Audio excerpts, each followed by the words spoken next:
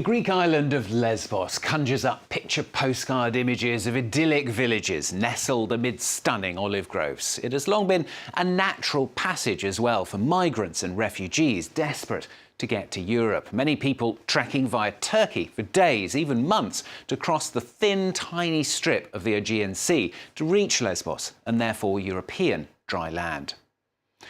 In the spring of 2015, though, the issue sprang to the attention of the world as thousands of mainly Syrian, Afghan and Iraqi migrants began to dramatically swell the numbers crossing, many of them paying huge fees to people smugglers to make the perilous trip. Local and international NGOs sprang into action to help people left to fend in totally inadequate boats, others not so lucky, dying at sea. Then on arrival, conditions denounced as appalling by humanitarian organisations. Migrants kept in camps, the largest one called MARCIA, designed to house around 2,000, but actually housing around 5,000. The fact that these people, some of them on months end, have been stranded in this island with very little information about the fate of their asylum procedure, of what is going on, any information at all, and also being trapped in these appalling conditions with very little food, very little care for them. It's very little surprise that these things escalated to this point. Well, now the number of people arriving has dropped considerably after the European Union signed a deal with Turkey in 2016. Turkey agreeing to take back any so-called irregular migrants, as well as joint efforts to tackle the people smugglers.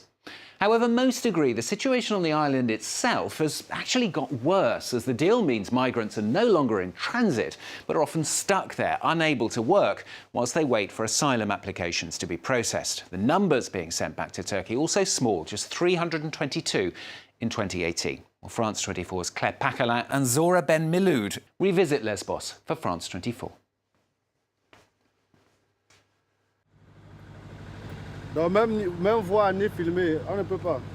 When Cedric arrived on the Greek island of Lesbos, he couldn't believe his luck.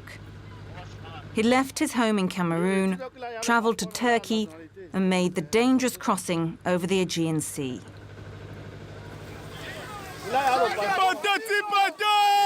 This was the moment he made it to the European Union. But the euphoria ended quickly. He's on the phone to the man he travelled with, discussing the recent death at the camp of a fellow migrant from Cameroon. No, he wasn't ill.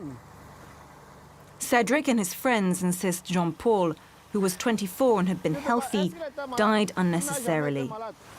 They blame the cold, unhygienic conditions and lack of access to medicine. They live in what's called the Olive Grove, an overspill settlement next to the official migrant camp run by the Greek government. It's hard to see a doctor. When you manage to see one, and you say you're asthmatic, they give you paracetamol. If you have a toothache, they give you paracetamol. If you have a headache, they give you paracetamol. If you can't sleep, paracetamol. Apparently paracetamol cures everything.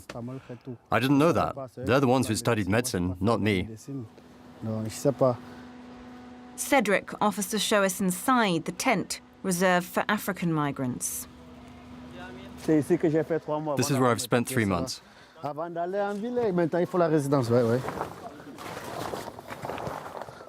in. This is the Stargate. Every day, life here revolves around eating, sleeping, no working. Look at that. You can see why our brothers died from the cold. Look for yourself.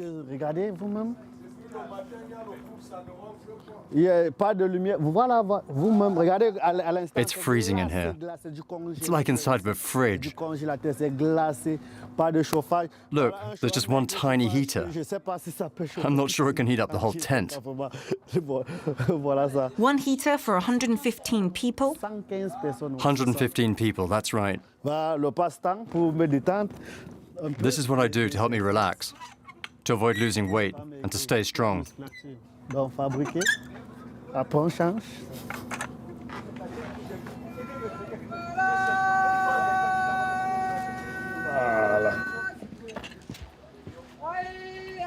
There are over 6,000 people from some 40 different countries living here.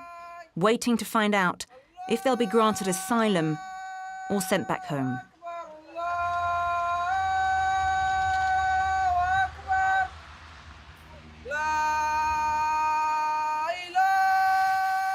Cedric has got to know the owner of a makeshift restaurant next to the camp. Mama, give me chicken. Άστα αυτά, παιδί μου, κάτω. We call her Mama, even though her name is Katrina, because we left our parents back home. When we arrived here, she helped us. So we say, Mama, Mama, we're hungry. And she makes some shawarma, sandwiches, a little bit of everything. Mama, I want to die. Go die outside. I will give me the food.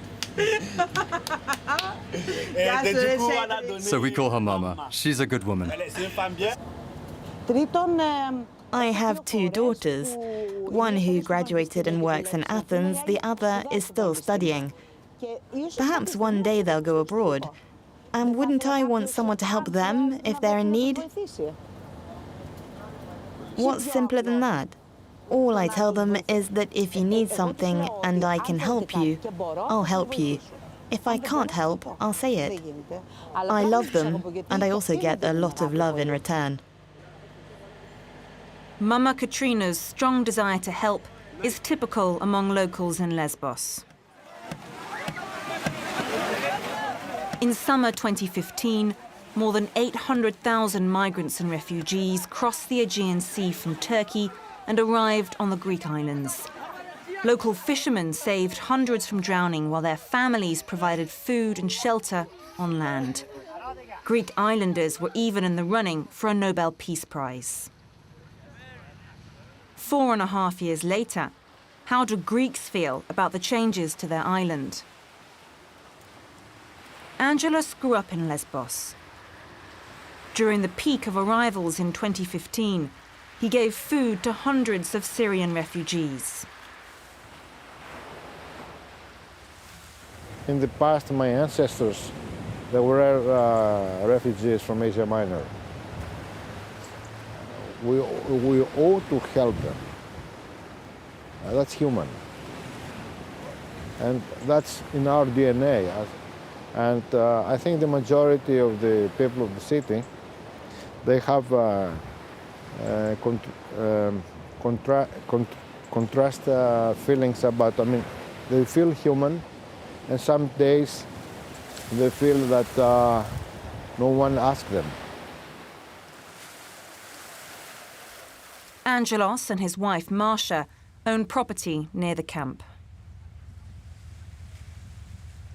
These were our offices here, and here is the main part of the factory and some of the warehouses.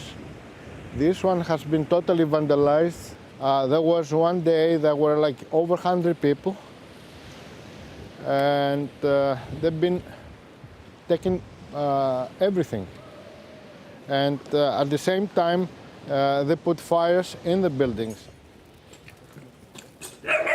Hey. On and off since 2015, different groups of migrants looking for shelter have squatted in the buildings, once used for making olive oil. I think even the structure of the building is gone now. So the option now is to tear it down? I don't know. And who pays for that? Who pays that? First of all, I was angry, upset. Frustrated. Stupid. Why? Because no one wondered what happened here to us as Greeks. I think we've suffered a lot. Before the refugee crisis, there was the economic crisis in Greece. And I think this was too much of a burden for us to take it all upon us, okay? So I feel as a citizen of this town that I am completely unprotected. Angelos and Marcia had grand plans for their property, but they went up in flames. We were trying to find some investors to convert the whole place in 5-star hotel. And right now we do have this. Well, we're frustrated, I don't know. The thorn in his side is the deal signed by the European Union and Turkey in 2016. It aimed to discourage illegal crossings, and the number of arrivals has plunged. But before, migrants were simply passing through Lesbos on their way to wealthier European countries. Now they have to wait while their asylum applications are processed. We were feeling sad about these people. We were all trying to do anything we could to help them. Okay, we did that at the beginning. But as I said, it's out of control at the moment. We can't do anything about it. Somebody should do something about it, but nobody's doing anything about it. Okay. So we are getting angry about this. And we want this to change. We want these people to have a better life, a better future. We have nothing against these people. We just want them to carry on with their dreams. If the European bureaucrats continue their policy, you won't see only Brexit, you will see a lot of exits, because they have no solution for real problems. Frustration like this is something the mayor of Lesbos hears about all the time.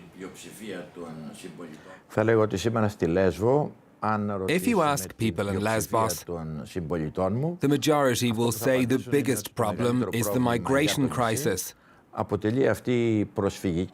the way the EU and the Greek government are managing it.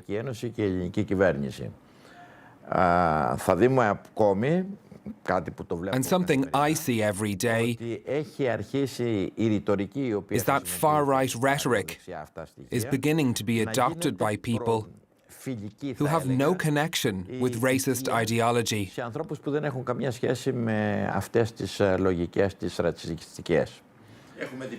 Mayor Gelinos is planning to run in the next elections in May to offer an alternative to the far right, because in Lesbos, it's gaining followers.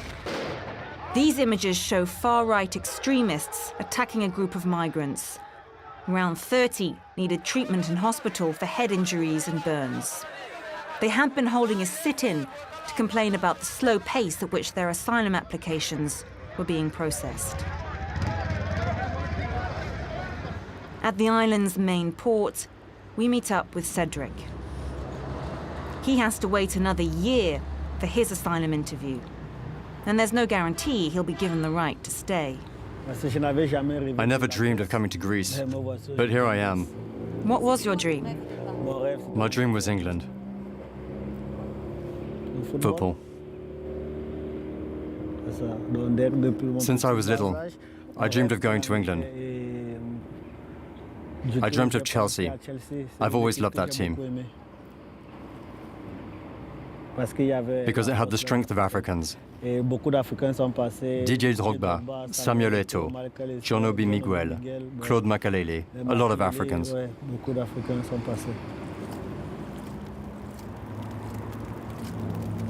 A few days later, we get a call. There's been a fire inside the tent Cedric showed us, where the Africans sleep.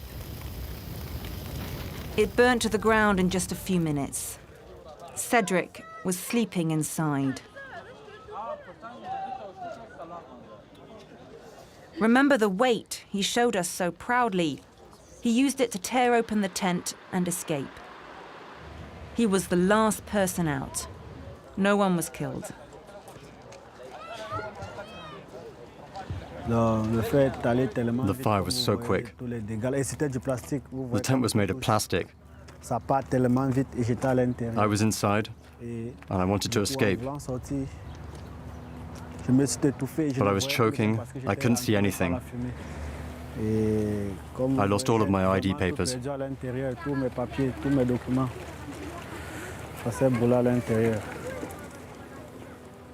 Cedric, though, is reminded of how lucky he is to be alive. Today is the funeral of Jean-Paul, the young migrant from Cameroon who died 2 weeks ago. For all those who died in MARCIA camp, for those who rest in the sea. Jean-Paul's journey ended sooner than expected. He'll be laid to rest in Lesbos, far from his home, wife and baby son. The island is no longer the gateway to Europe imagined by migrants and refugees. For many, it's the place where their European dreams come to an abrupt stop. Claire Bacalin and Zora Belmiloud revisiting Lesbos for France 24. Well, that's all from this week's edition of the programme. Don't forget, of course, you can catch it and the previous editions as well on our website at france24.com. Thanks very much for watching. More news in just a moment.